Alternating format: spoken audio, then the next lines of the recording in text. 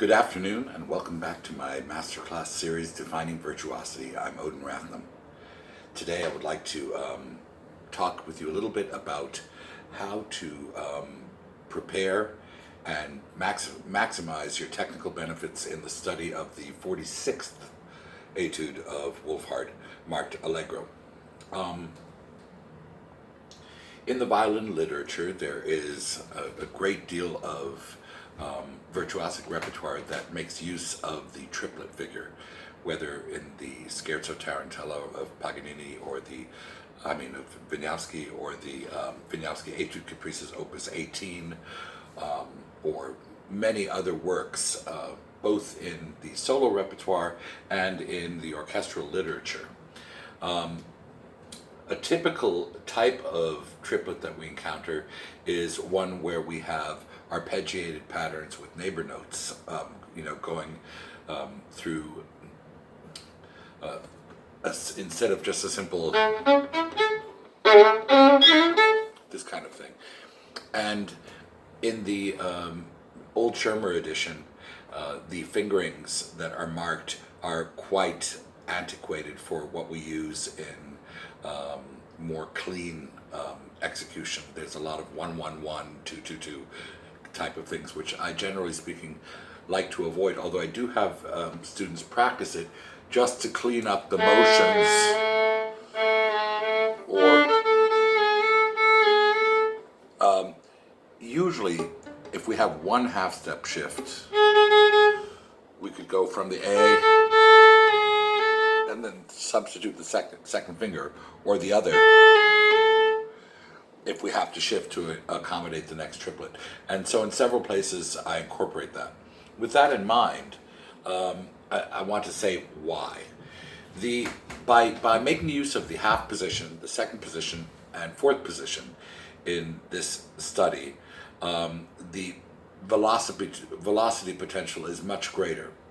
And we can also examine certain very, very important rules for executing it faster, cleanly. One of the biggest problems is in the shifts and the string crossings, as we change the angle of the finger to the fingerboard, if there's any latent pressure on the inside of the index finger against the E string, that can hinder a relaxed hand shape, and it also can hinder shifts. So we have to be very aware of that and of thumb pressures. I think another important rule to remember in the study of this particular etude is to not put volume above ease, or speed for that matter. So we can practice it quite slowly with velocity potential. A rhythmic figure that Dorothy DeLay shared with us for practicing triplets is to make sure that the third note of the triplet is not lost when we play, by changing the rhythm to 2/16ths and an eighth. So we can practice each of the figures here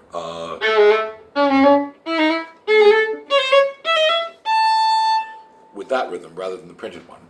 The other thing is in the bow,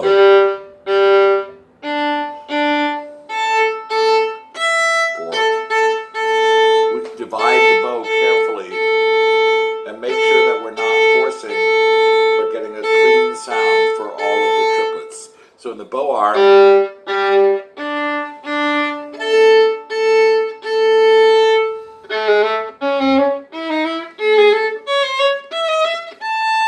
we can practice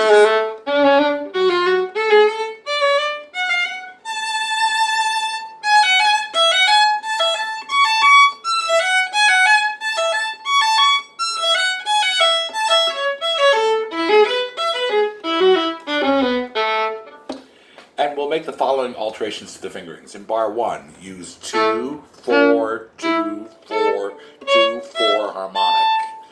2, 4, 2, 4, 3 open. 2, 4, 2. Then in bar 5, 2.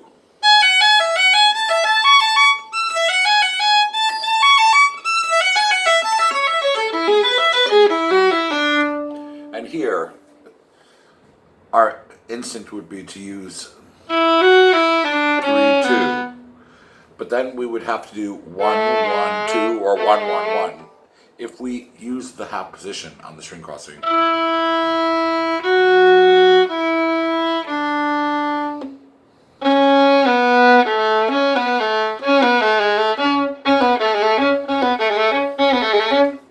It's much easier to continue at bar 9 that way. Then we continue to follow the figure.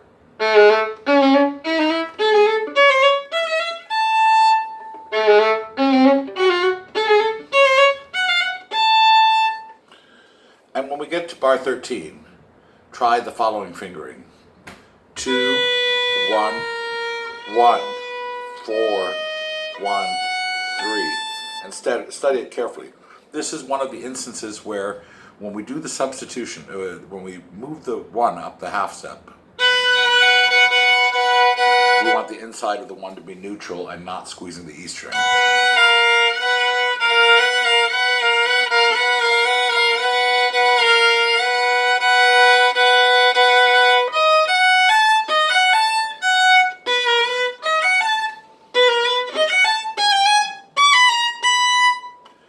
When we go to third position, we want two things to happen. We want to bridge the G sharp to the B, but the 1 to have crept a half step closer.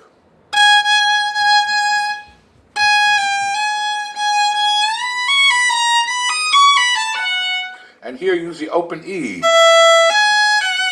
and observe the same fingering principle as in bar 8, where we use the 4 for the D sharp, third finger for the C sharp, and then 2, 1, 1.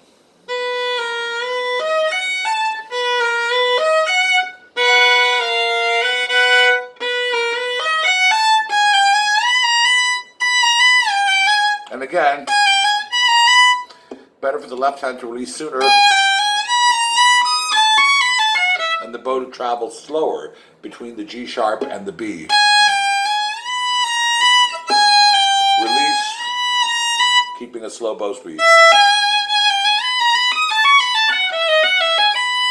Now, in bar 17, I like to teach a sort of semi-migration between third and fourth position. I reach for the fourth finger and keep the rest of the hand in third position.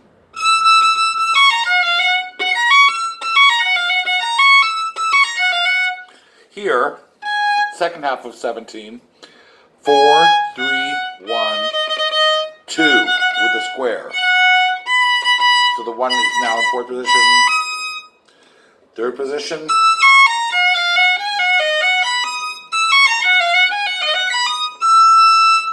now 2, 4, 2. Practice full length, divide the bow in 3, making sure that the arm is comfortable. You'll see the fingers catch up to the hand 3 times, and the arm is relatively on one plane with the wrist slightly above the elbow, wrist slightly higher than the elbow, fingers curled, thumb bent. All of this mechanic has to be comfortable. Kind of the way a jellyfish moves, you know, if you've seen a jellyfish move in the water and like this, except relatively horizontal, except in the wrist and fingers. So the whole arm is relatively on one plane, but there's a little bit of that jellyfish-like motion in the fingers so that the springs are not locked and we hang between the sounds. Next one, 2, 1, 1 in bar 20, second beat, 2, 1, 1, 3.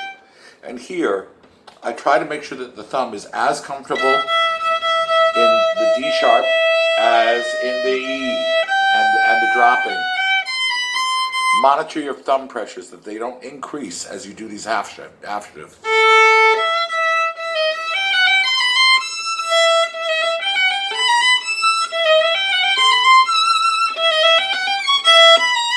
Then 4, 3, 1 in bar 22, back to first position, 2, open, 3, half position.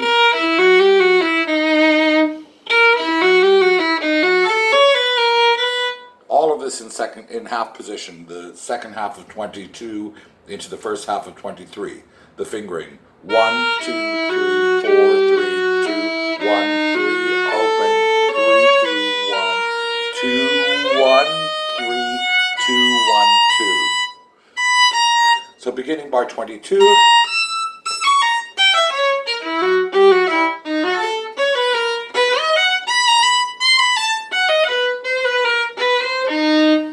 In the Shermer edition, the end of bar 23 is marked to go across to the G string. I actually go down to the D string.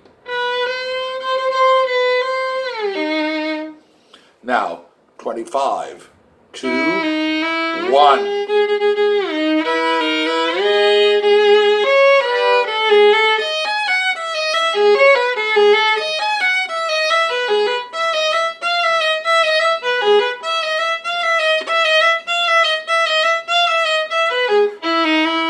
Half position. So from the second beat of 30 to the recapitulation at 31, we're in half position. We leave in bar 30, the first beat, third position, half position.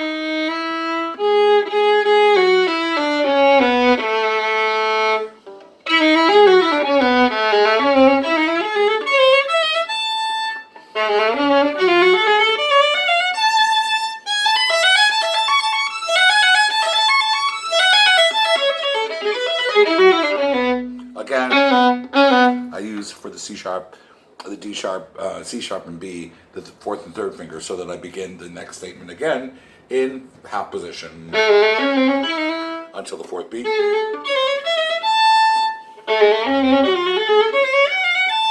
Now, to half position, 4, 3, open.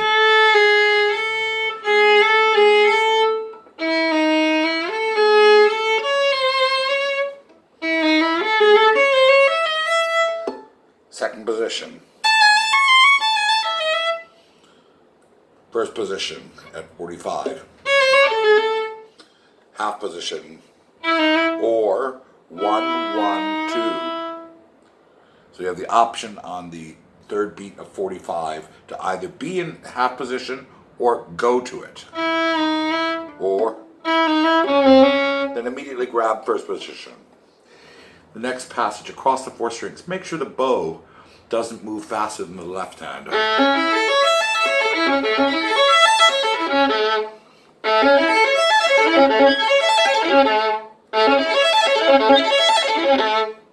And then you end the study. Begin by practicing the rhythm takata takata takata takata with slurs. Do not increase the tempo until the hand is completely free in the left hand, and all shifts do not add tension into the shoulder, thumb, or inside of the bass finger. Focus on lifts, the lifting energy, more than clamping down, and you will develop all of the conditions for what I call velocity potential, the ability to play it faster, because it has to be extremely easy when we go to full measure bowings of.